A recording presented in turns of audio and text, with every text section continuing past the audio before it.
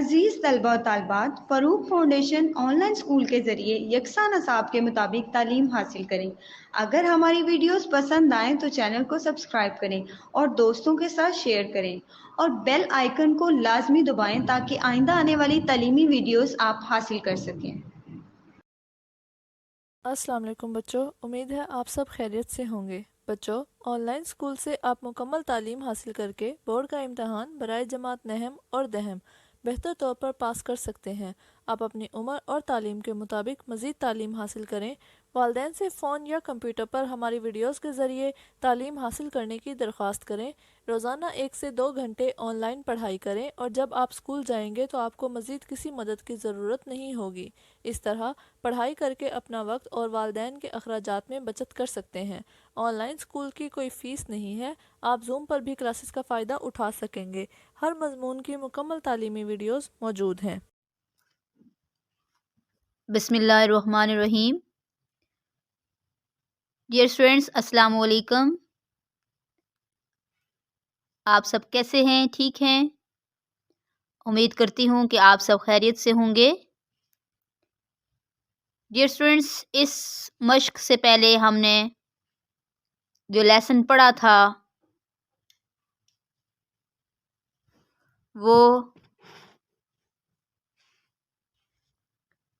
وہ تھا دعوت و تبلیغ۔ اس پورے چیپٹر میں ہم نے جو آپ صلی اللہ علیہ وآلہ وسلم پر پہلی وحی نازل ہوئی تھی اس کا واقعہ تو ہم نے نزول وحی میں پڑھا تھا، لیکن اس کے بعد جو آپ کو پتہ ہے وحی اسی لیے آپ صلی اللہ علیہ وآلہ وسلم پر اتاری گئی تاکہ آپ لوگوں کو اسلام کی دعوت دے سکیں۔ تو یہ بہت اہم دعوت و تبلیغ تھی جس کا آغاز آپ صلی اللہ علیہ وآلہ وسلم نے کیا تھا، اور مرحلہ وار آپ نے اس میں کامیابی حاصل کی اور لوگ جوک در جوک دائرہ اسلام میں داخل ہونے لگے۔ اور سب سے اہم بات کہ آپ صلی اللہ علیہ وآلہ وسلم کی ہمت، حوصلہ، جس کی وجہ سے آپ کامیاب ہوئے، اور اللہ کا ساتھ، اور تیسری چیز تھی آپ صلی اللہ علیہ وآلہ وسلم کے اخلاق۔ تو ڈیئر اسٹوڈینٹس، اب ہم اپنی دعا کے ساتھ اس ایکسرسائز کو شروع کریں گے۔ ہم جیسے کہ روز پڑھتے ہیں ربی زدنی علما، اس کا مطلب ہے اے میرے رب میرے علم میں بالکل ٹھیک اضافہ فرما، شاباش۔ اس کے علاوہ دوسری دعا بھی ہے جو آپ ضرور یاد کر کے اس کو اپنی جو ہے وہ ایجوکیشن میں جب آپ کو مشکل پیش آ رہی ہے تو آپ شروع کر سکتے ہیں۔ وہ کون سی دعا ہے جو میں نے آپ کو کہا بھی تھا کہ یاد کریے گا؟ وہ رب اشرح لی صدری ویسر لی امری واحلل عقدۃ من لسانی یفقہوا قولی۔ تو آپ نے یہ والی دعا بھی یاد کرنی ہے، لیکن رب زدنی علما تو ہر بچے کو ہی آتی ہوتی ہے، تو آپ وہ ایزیلی پڑھ سکتے ہیں۔ دعا پڑھنے سے آپ کو سبق بہت ایزیلی یاد ہو جائے گا، آپ کی مشکل آسان ہو جائے گی۔ تو اب ہم شروع کریں گے اپنا page number 38۔ Open your book, page number 38۔ تو جی اسٹوڈینٹس، ہماری ایکسرسائز میں سب سے پہلا جو سوال ہے وہ ہے درست بیان پر ٹک کا نشان لگائیں، ٹھیک ہے؟ ہمارے پاس ایم سی کیوز موجود ہیں۔ فرسٹ 4 ایم سی کیوز کو ہم اردو میں کثیر الانتخابی سوالات بھی کہتے ہیں۔ اس کے 4 آپشن ہمارے پاس موجود ہوتے ہیں جو ہمارے لیے جو ہے وہ جواب کی اہمیت رکھتا ہے، یعنی کہ جو صحیح پوائنٹ ہوتا ہے ہم اس کے اوپر ٹک مارک کریں گے۔ اب چلتے ہیں پہلے ایم سی کیوز کی طرف، پڑھ لیتے ہیں۔ سب سے پہلے اس کی ریڈنگ کر لیتے ہیں۔ نبی اکرم صلی اللہ علیہ وآلہ وسلم نے لوگوں کو اسلام کی طرف بلانا شروع کیا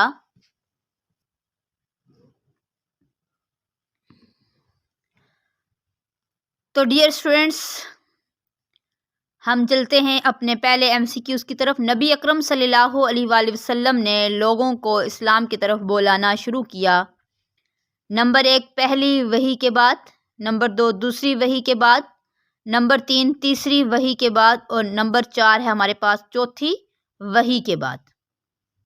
ٹھیک ہے، تو ہمیں پتہ ہے کہ جو ہے وہ نبی اکرم صلی اللہ علیہ وآلہ وسلم جب پہلی وحی نازل کی گئی تو آپ نے اسی وقت جو ہے وہ لوگوں کو اسلام کی طرف بلانا شروع نہیں کیا، بلکہ آپ نے جو دوسری وحی تھی اس کے بعد آپ صلی اللہ علیہ وآلہ وسلم نے لوگوں کو اسلام کی طرف بلانا شروع کیا۔ ٹھیک ہے، تو ہمارا جو بے پارٹ ہے دوسری وحی کے بعد، یہ کیا ہوگا؟ ٹک ہوگا۔ ٹھیک ہے، تو میں آپ کے سامنے اس کو ٹک مارک کرتی ہوں، تو آپ بھی اپنی کاپی پر ٹک مارک کر لیں۔ اب دیکھیں دوسرا ہے بے پارٹ ہے۔ شروع میں آپ صلی اللہ علیہ وآلہ وسلم نے دعوت و تبلیغ کا کام کیا۔ ٹھیک ہے، اب کلاس جب آپ صلی اللہ علیہ وسلم نے اللہ کا پیغام جو ہے وہ لوگوں تک پہنچانا شروع کیا، تو سب سے پہلے الف پارٹ ہے ہمارے پاس رازداری سے، اعلانیہ یعنی کہ اعلان کیا تھا آپ نے، یا پھر رات میں کیا تھا یا پھر دن میں کیا تھا۔ تو ہمیں پتہ ہونا چاہیے کہ آپ صلی اللہ علیہ وآلہ وسلم نے شروع میں جو کام شروع کیا تھا وہ رازداری سے کیا تھا۔ رازداری کے اوپر ہم کیا کریں گے کلاس؟ ٹک مارک کریں گے ایسے کر کے۔ ٹھیک ہے، تو اس کا الف پارٹ جو ہے وہ ہمارے پاس کریکٹ ہوگا۔ اب آگے دیکھیں جیم پارٹ ہے۔ قریبی رشتہ داروں کو اسلام کی طرف بلانے کا حکم کس صورت میں دیا گیا؟ اب دیکھیں جیم پارٹ ہے کہ قریبی رشتہ دار جو تھے آپ صلی اللہ علیہ وآلہ وسلم کے، ان کو آپ نے جب اسلام کی طرف بلایا تو کس صورت میں اللہ نے حکم دیا؟ سورۃ البقرہ، سورۃ آل عمران، سورۃ الشعراء اور سورۃ المدثر۔ تو آپ کو پتہ ہوگا کہ کون سی سورت تھی؟ سورۃ الشعراء تھی۔ جیم پارٹ اس کا بالکل ٹھیک ہوگا، ہم اس کے اوپر ٹک مارک کریں گے۔ ٹھیک ہے، اب دیکھیں اگلا سوال ہے کہ خفیہ تبلیغ کا سلسلہ، آپ کو پتہ ہے شروع میں آپ نے رازداری سے یعنی کہ خفیہ انداز میں اللہ کے نبی نے اللہ کا پیغام پہنچانا شروع کیا تھا۔ تو آپ اب دیکھیں کہ یہاں پر وہ کیا بتا رہے ہیں کہ تقریباً سلسلہ جاری رہا خفیہ تبلیغ کا۔ نمبر 1 2 سال تک، 3 سال تک، 4 سال تک یا پھر 5 سال تک۔ تو ہم نے پڑھا تھا، ہمیں یہ پتہ ہونا چاہیے جو ہم نے چیز پڑھی ہوئی ہے کہ خفیہ تبلیغ جو تھی آپ صلی اللہ علیہ وآلہ وسلم نے کی تھی اسلام کو پھیلانے کے لیے، وہ تقریباً کتنا سال تھی؟ 3 سال۔ بالکل صحیح آنسر، شاباش، گڈ۔ اب ہمارا یہ والا کوسچن جو ہے کلاس کمپلیٹ ہو گیا ہے، یہ جو ہمارا درست جواب پر ٹک کا نشان لگانے کے متعلق کوسچن ہے۔ ٹھیک ہے، یہ ہمارا کمپلیٹ ہو گیا۔ آگے چلتے ہیں۔ اب دیکھیں کلاس ہمارا جو ہے وہ سوال نمبر 2 ہے، جس میں ہمیں بتایا جا رہا ہے کہ خالی جگہ آپ نے پر کرنی ہے۔ ٹھیک ہے، نمبر 1 ہے آپ صلی اللہ علیہ وآلہ وسلم نے ڈیش کے لوگوں کو کھانے پر بلایا۔ اب کون سے لوگ تھے جن کو آپ صلی اللہ علیہ وآلہ وسلم نے جو ہے وہ کھانے پر بلایا تھا، اور کس مقصد کے لیے بلایا تھا؟ جی بالکل، آپ سب کو بھی یاد ہوگا کہ جب آپ صلی اللہ علیہ وسلم پر پہلی وحی نازل کی گئی تو آپ صلی اللہ علیہ وسلم نے کیا کیا؟ اپنے خاندان کے لوگوں کو بلا کر کہا کہ اللہ نے مجھے یہ پیغام دی ہے آپ سب کے لیے، جس پر عمل کرنا آپ سب کے لیے بہت ضروری ہے۔ ٹھیک ہے کلاس، تو یہاں پر کیا ہوا کہ آپ صلی اللہ علیہ وسلم نے ڈیش کے لوگوں کو کھانے پر بلایا۔ یہ دیکھیں آپ کو ہلکا سا نظر بھی آ رہا ہوگا، خاندان کے لوگوں کو۔ ٹھیک ہے، اپنے خاندان کے لوگوں کو کھانے پر بلایا۔ خاندان خ الف خا نون دال الف دا نون، خاندان۔ ٹھیک ہے، آگے دیکھیں بے پارٹ ہے۔ قبول اسلام کے وقت حضرت علی رضی اللہ تعالی عنہ کی عمر ڈیش 10 سال تھی، یہ عمر 10 سال تھی۔ ٹھیک ہے، 10 آپ نے لکھنا ہے، دال اور سین 10۔ اگلا دیکھیں جیم پارٹ ہے آپ کے پاس کہ دعوت و تبلیغ کے سلسلے میں، یعنی کہ جو آپ کو اللہ نے پہلی وحی میں ارشاد فرمایا تھا کہ لوگوں کو اسلام کی دعوت دیں۔ ٹھیک ہے، تو اس سلسلے میں آپ صلی اللہ علیہ وسلم کو بہت زیادہ جو ہے وہ ڈیش برداشت کرنی پڑی تھیں۔ تو اس خالی جگہ میں کیا آئے گا کلاس؟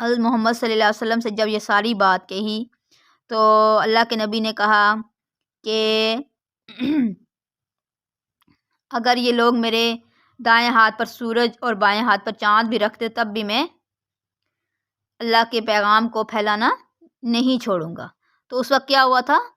اس وقت حضرت ابو طالب نے کہا تھا آپ صلی اللہ علیہ وآلہ وسلم سے کہ جس طرح سے آپ کہیں گے میں آپ کی بات پر عمل کروں گا اور اسلام پھیلانے میں آپ کی مدد کروں گا، ٹھیک ہے، کھلی حمایت کا اعلان کیا تھا۔ تو اس آنسر کا جواب تفصیلاً میں نے اس لیے بتایا تھا کہ آپ کو بیک گراؤنڈ پتہ ہونا چاہیے۔ حضرت ابو طالب نے نبی پاک صلی اللہ علیہ وآلہ وسلم کی حمایت کا اعلان اس وقت کیا جب آپ اسلام کی تبلیغ کر رہے تھے یا اسلام کو پھیلانا چاہ رہے تھے، اور قریش مکہ آپ کے خلاف ہو گئے تھے، لیکن اس کے باوجود جو ہے حضرت ابو طالب جو کہ آپ کے چچا تھے انہوں نے آپ صلی اللہ علیہ وآلہ وسلم کی حمایت کی، ٹھیک ہے۔ آگے دیکھیں، سوال نمبر 4 ہے ہمارے پاس، دعوت و تبلیغ کے سلسلے میں نبی اکرم صلی اللہ علیہ وآلہ وسلم کے اسوہ حسنہ سے ہمیں کیا سبق ملتا ہے، ٹھیک ہے۔ اب دیکھیں، آپ صلی اللہ علیہ وسلم کی پوری زندگی ہمارے لیے ایک مکمل ضابطہ حیات ہے، ٹھیک ہے، یعنی کہ جس پر ہم چل کر جو ہے وہ دنیا اور آخرت دونوں میں۔ اوکے جی کلاس، اگلا سوال ہے سوال نمبر 4، تفصیلی جواب لکھیں۔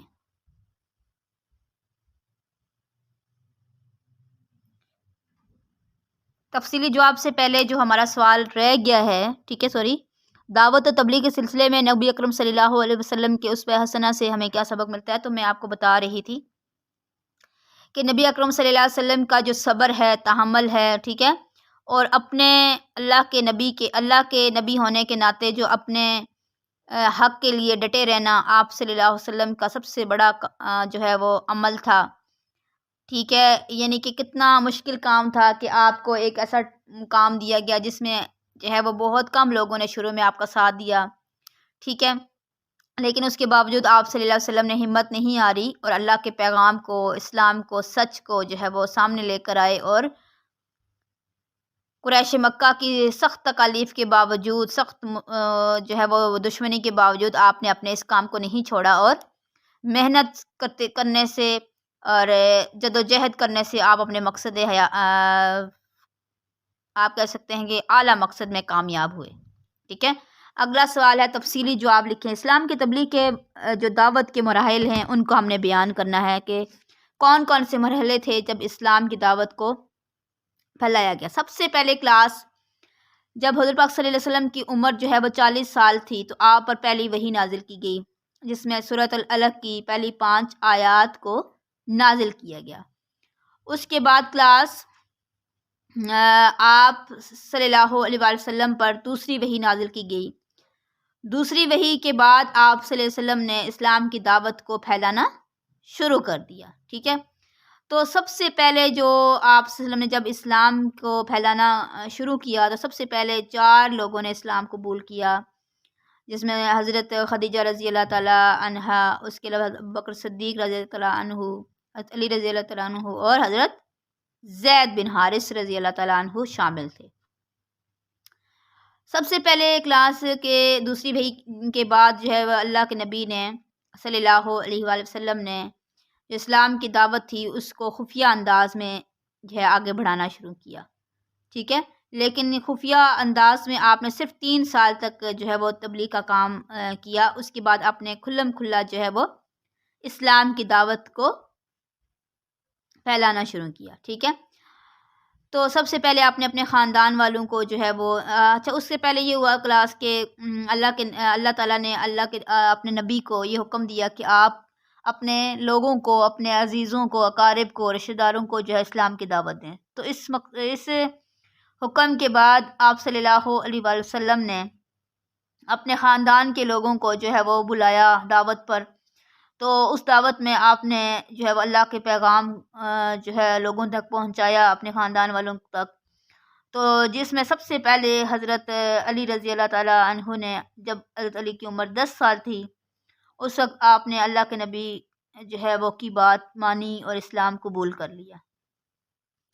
اس کے بعد کلاس یہ ہوا کہ وقت گزرنے کے ساتھ ساتھ جو ہے وہ اسلام پھیلنا شروع ہو گیا، لیکن کفار مکہ جو تھے وہ آپ صلی اللہ علیہ وسلم کے سخت جانی دشمن بن گئے، لیکن اس کے باوجود آپ نے اسلام کی دعوت کو نہیں چھوڑا، اور حضرت ابو طالب جو آپ کے چچا تھے انہوں نے آپ صلی اللہ علیہ وسلم کی بہت مدد کی، اور جس کی وجہ سے اسلام جو ہے وہ جوگ در جوگ لوگ جو ہے وہ اسلام کے دائرے میں داخل ہوتے گئے۔ اب دیکھیں کلاس اگلا ہے ہمارے پاس دعوت الدین تبلیغ کے سلسلے میں حضرت ابو طالب کا کردار بیان کریں۔